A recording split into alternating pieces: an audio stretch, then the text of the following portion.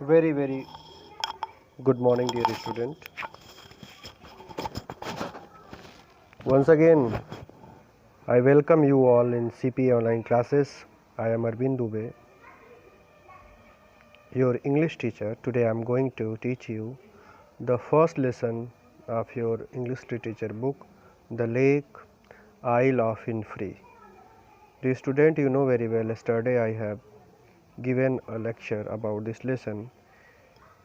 On that lecture, we have already discussed about the rhyming scheme and the word meaning of this lesson. Today I am going to narrate or explain this lesson.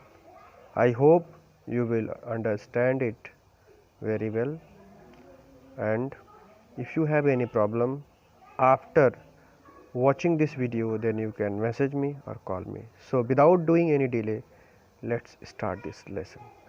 प्यारे बच्चों, the lake oil of इनफ्रीज यह एक pome है जो William Butler Yeats के द्वारा right किया गया है। विलियम बटलर ईट्स कौन है, इनके बारे में कल हम बता चुके हैं आपको। तो इस पोम को नरेट करने से पहले ये पोम किस टॉपिक पे बेस्ड है, इस पोम की समरी क्या है, इस पोम के लिखने का रीजन क्या है, इसके बारे में हम आपको बताना चाहते हैं। यहाँ पर राइटर शहर के भीड़ भाड़ इलाके से बोर होकर के ऊब करके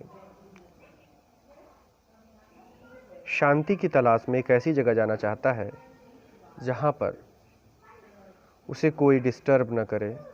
वह अपनी मनपसंद वाली चीज़ों के साथ अपना समय व्यतीत करना चाहता है। वो कौन कौन सी ऐसी डिमांड है, ऐसी आवश्यकताएं हैं जो उसको शांति प्रदान कर सकती हैं, इसको जानने के लिए ये पोएम आपको पढ़ना पड़ेगा। तो यहाँ पर आप देख सकते हैं कि how important is peace and quietness in our life. हमारे जीवन में शांति और पीस, शांति, क्वाइटनेस भी वही होता है, सेम होता है लगभग। हमारे जीवन में इसका क्या महत्व है, क्यों ज़रूरी है। What do you prefer, the quietness of the countryside or the hustle and bustle of the city? आप क्या पसंद करना चाहते हैं, क्वाइटनेस, शांति, आप कंट्री साइड, जो कंट्री साइड में जो शांति होती उसको, या जो शहर में भीड़ भाड़ होता है उसको आप पसंद करना चाहते हैं। मतलब कंट्री साइड हम बोल सकते हैं कि विलेज एरिया के बारे में बात की जा रही है, जहाँ पे काफ़ी शांति होती है। और जो यहाँ पर सिटी की बात की गई, वो शहर की बात की गई, जहाँ बहुत हॉस्टल एंड बस्टल का मतलब होता है शोर शराबा। जोट डाउन का मतलब होता है, बहुत अच्छा वर्ड है, नोट डाउन, राइट डाउन, लिखना होता है। The main difference between the country life and the कह रहा है कि jot down the main difference between city and country life. आपको शहर और नगर, मतलब ग्रामीण क्षेत्र और शहर के क्षेत्र में क्या डिफरेंस है, उसके बीच में आपको कंपेयर करना है और अपनी आइडियाज़ को, अपने थॉट को राइट करना है with what the poet has to say in this poem. इस पोम में पोएट क्या कहना चाहता है, आपको राइट करना है। तो चलो बच्चों शुरू करते हैं हम लोग। I will write and go now and go to Innisfree. मैं arise, I will arise, arise का मतलब होता है उगना, पर यहाँ पर होगा उठना, to get up. I will arise, I will arise and go now. मैं अब जगना चाहता हूँ और अब जाना चाहता हूँ। कहाँ? And go to Innisfree. Innisfree is an island. Innisfree एक स्मॉल आइलैंड है जो कि आयरलैंड में है।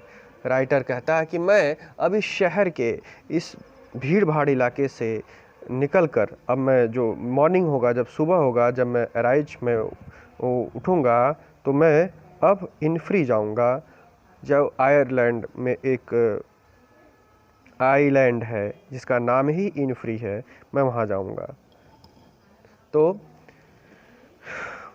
अगली लाइन है and A small cabin build their, मैं वहाँ जाकर एक स्मॉल केबिन बनाऊंगा। जैसे बच्चों आप देख सकते हैं कि यहाँ पर एक छोटा सा हट बनाया गया है, झोपड़ी बनाया गया है, तो इसको केबिन बोल रहा है। केबिन मतलब कि स्मॉल हट, जहाँ पर वह अपने अपना टाइम स्पेंड कर सके, जहाँ से वह नेचर की चीज़ों को देख सके, उसकी बात कर रहा है। And a small cabin build their of clay and vitals made, अगर मैं केबिन बनाऊंगा तो किस चीज़ का बनाऊंगा? क्ले, मिट्टी, एंड वाइटल्स, वाइटल्स के बारे में हम बताए थे। वाइटल्स वर्ड जो होता है इसका मतलब यहाँ पर घास फूस से या स्टिक से या पोल से बनी हुई दीवार।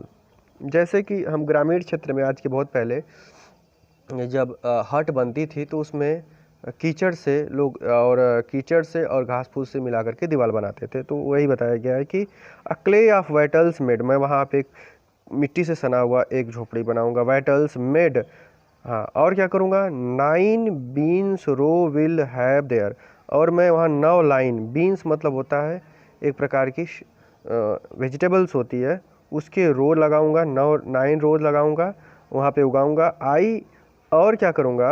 अ hive of the honey bee, मैं वहाँ पर एक मधुमक्खी का छत्ता भी देखना चाहता हूँ या बनाना चाहता हूँ। And leave alone in the be loud glad, और मैं वहाँ मधुमक्खियों के शोर शराबे में, मधुमक्खियों के साउंड में अपने आप को अकेला रखना चाहता हूँ। लाउड बजिंग ऑफ बीज, बी लाउड का मतलब लाउड बजिंग ऑफ बीज मतलब मधुमक्खियों की साउंड की बात की जा रही है। तो फिर से एक बार बता दे रहा हूँ। आई will arise and go now, मैं उठूँगा और जाऊँगा, कहाँ जाऊँगा? एंड गो टू इनफ्री जाऊँगा, जो आइलैंड है वहाँ पे। And small cabin build their, मैं वहाँ एक छोटा सा केबिन, हट, केबिन का मतलब बच्चों यहाँ पर झोपड़ी होगा, ठीक है। And clay and vitals made, जो कि क्ले और वाइटल्स से बना होगा। क्ले मिट्टी होता है, वाइटल्स बताया घास फूस से बनी हुई दीवार। 9 beans row will I have there, मैं वहाँ पर 9 लाइन जो है बीन्स आप जानते ही हैं, सेम बीन रो देयर, और एक मधुमक्खी का छत्ता भी वहाँ पे होगा, ऐसी उसकी कल्पना है। And leave alone in the be loud glad, और मैं इस शोर शराबे से दूर होकर के मैं अकेला उस बी लाउड ग्लैड में रहूँगा। And I shall have some peace there, और वहाँ पर मुझे शांति मिलेगी। And I shall have some peace there, और मुझे वहाँ कुछ शांति मिलेगी, मेरे पास कुछ शांति होगी। है मतलब रखना, यहाँ पर होगा कि रखना या होगा, मैं वहाँ पर कुछ शांति अपने पास रखूँगा। तो शांति कोई रखता नहीं, शांति में रहता है, ये बात होती है। तो मतलब यही होगा कि मैं वहाँ पर शांति से रहूँगा।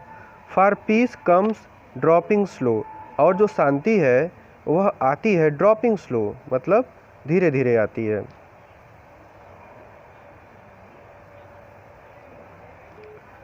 Dropping from the veil of the morning to where the cricket sing, dropping मतलब टू कम, आना, फ्रॉम द वेल मतलब होता है घूंघट। जब मॉर्निंग का टाइम होता है और सुबह का जो घूंघट होता है, घूंघट का मतलब जैसे कि हम ये कह सकते हैं कि एक तरीके से अंधियारा हटता है और मॉर्निंग होता है, तो उसको घूंघट बोला गया है। कि ड्रॉपिंग फ्रॉम द वेल, जब घूंघट हटेगा मॉर्निंग का, to from the cricket sings, और उस समय क्रिकेट मतलब होता है झिंगुर, जब झिंगुर सिंग करेगा, गाएगा। There midnight's all gleaming, there midnight's, वहाँ की मतलब कहाँ की, जहाँ पोएट जाना चाहता है वहाँ की। There midnight's all glimmer मतलब होता है चमक, साइन, जहाँ की रात चमकीली होगी।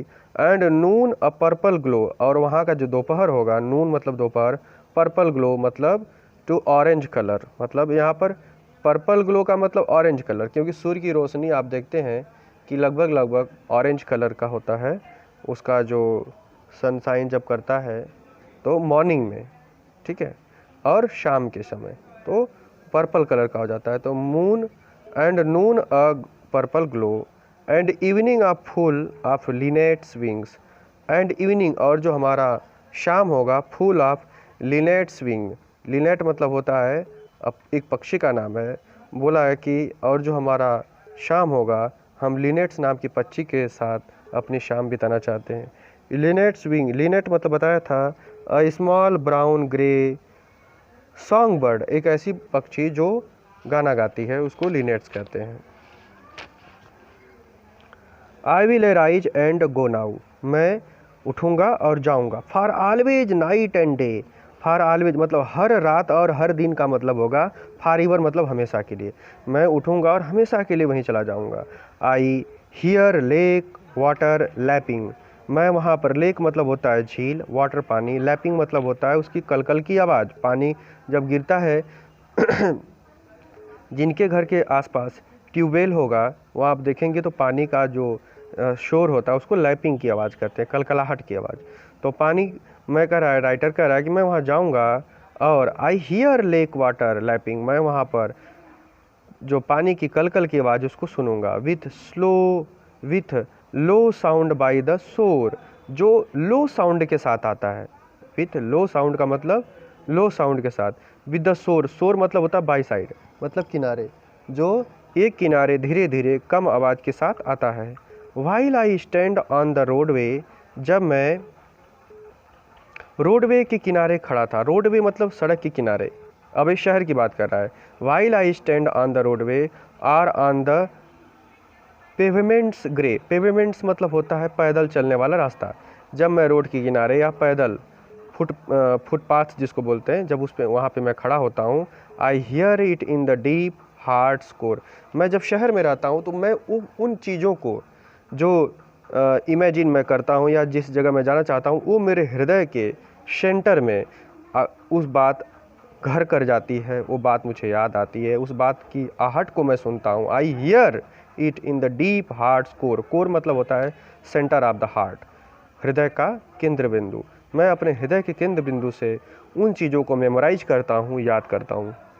मुझे उम्मीद है कि पोएम आपको अच्छे समझ में आई होगी। 2 बार 3 बार रिपीट करके आप सुनेंगे तो ज़रूर अच्छे समझ में आई होगी। फिर भी अगर कोई प्रॉब्लम रहेगा तो बताइएगा, फिर से मैं जो 1-2 लाइन मिस करेंगे आप या नहीं समझ में आएगा उसको राइट करके आप भेजिएगा, मैं आपको ज़रूर बताऊँगा। Thank you, have a good day.